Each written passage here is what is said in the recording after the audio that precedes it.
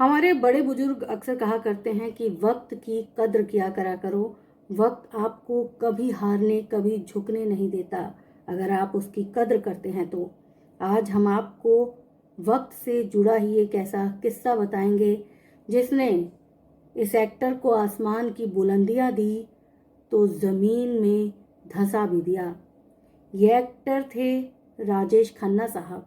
एक वक्त ऐसा था जब इनकी फिल्में hit super hit duper hit हो रही थी, और एक वक्त ऐसा आया जब इनके पास ना परिवार रहा, ना फिल्में रही, ना इनके चमचे आसपास रहे।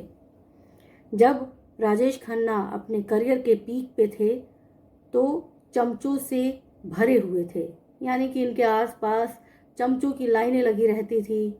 कहा जाता है शूटिंग खत्म होने के बाद राजेश खन्ना घर लौटते थे, 3 बजे तक स्कॉच पीते थे, 4 बजे वो खाना खाते थे और अगले दिन सेट पर जहाँ उन्हें 10 बजे पहुँचना होता था वहाँ शाम के 4 बजे पहुँचते थे।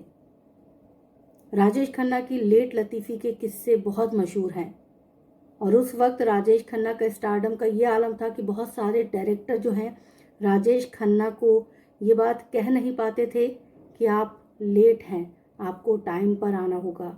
लेकिन एक बार एक स्वाभिमानी डायरेक्टर ने ये बात राजेश खन्ना को कह दी। जब राजेश खन्ना शाम के 4 बजे सेट पर पहुंचे तब उस डायरेक्टर ने कहा कि काका, क्या आप घड़ी देख रहे हो? काका ने बोला कि घड़ी हम नहीं देखते, घड़ी हमें देखती है। ये घड़ी 5 लाख की है, मेरा चश्मा 3 लाख का है, क्योंकि काका के पास अपार संपत्ति थी उस दौर में। वो डायरेक्टर भी काफ़ी स्वाभिमानी था। उस डायरेक्टर ने उस दिन शूट कैंसिल करवा दिया, और उसके बाद राजेश खन्ना के जो बुरे वक्त आने शुरू हुए वो कभी नहीं ख़त्म हुआ। कहा जाता है कि ये बुरा वक्त सिर्फ इसलिए राजेश खन्ना पर आया क्योंकि उन्होंने वक्त की कद्र नहीं की।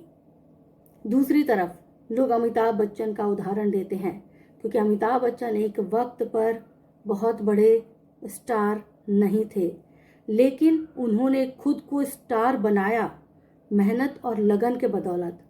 ऐसा नहीं है कि राजेश खन्ना मेहनत नहीं करते थे, उनमें लगन नहीं थी, उनमें भी जज्बा था, जुनून था, हौसला था, लेकिन वो हौसला धीरे धीरे उनके इर्द गिर्द रहने वाले जो चमचे थे उन्होंने ख़त्म कर दिया था।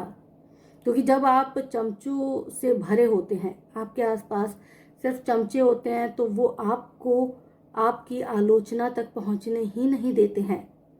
वो आपको हमेशा ऐसा फील करवाते हैं कि जो हैं सिर्फ आप हैं, आपकी वजह से डायरेक्टर की फिल्में चल रही हैं, आपकी वजह से एक्ट्रेस का करियर बन गया है, और आप हैं तभी हिंदी सिनेमा है। और ऐसा ही कुछ राजेश खन्ना के साथ हुआ था, जबकि अमिताभ बच्चन जो उस दौर में पॉपुलर भी नहीं थे, उन्होंने वक्त की कद्र की। लिहाजा जब अमिताभ बच्चन पर बुरा वक्त भी आया तो वो झेल गए, और उन्होंने सिर्फ और सिर्फ अपने अनुशासित जीवन की वजह से एक बार फिर वो कामयाबी हासिल की जो लग रहा था एक दौर में कि शायद अमिताभ बच्चन के बुरे दिन शुरू हो गए हैं। जिन लोगों को लग रहा था कि अब कभी अमिताभ बच्चन दोबारा से करियर की दूसरी पारी नहीं खेल पाएंगे, उस अमिताभ बच्चन ने साबित कर दिया कि करियर की दूसरी क्या, वो तीसरी पारी भी खेलने को तैयार हैं, क्योंकि वो वक्त की कद्र करते हैं, आदर करते हैं। लेकिन राजेश खन्ना साहब, वो भी अपना करियर दोबारा स्टार्ट कर सकते थे, पर वो वक्त की कद्र कभी नहीं कर पाए। लिहाजा वक्त ने भी कद्र नहीं की। एक वक्त ऐसा आया जब वो पूरी तरह से खाली बैठे थे, उनके पास वक्त ही वक्त था। इसीलिए कहते हैं कि वक्त की कद्र करो, क्योंकि वक्त जो है वही आपको ऊंचाई पर ले जाता है, यानी कि सक्सेस दिलाता है, और वही वक्त होता है जो आपको कई बार आपके बुरे दिनों से भी मिलवाता है। चॉइस आपकी है, अच्छे दिन चाहिए या बुरे दिन चाहिए।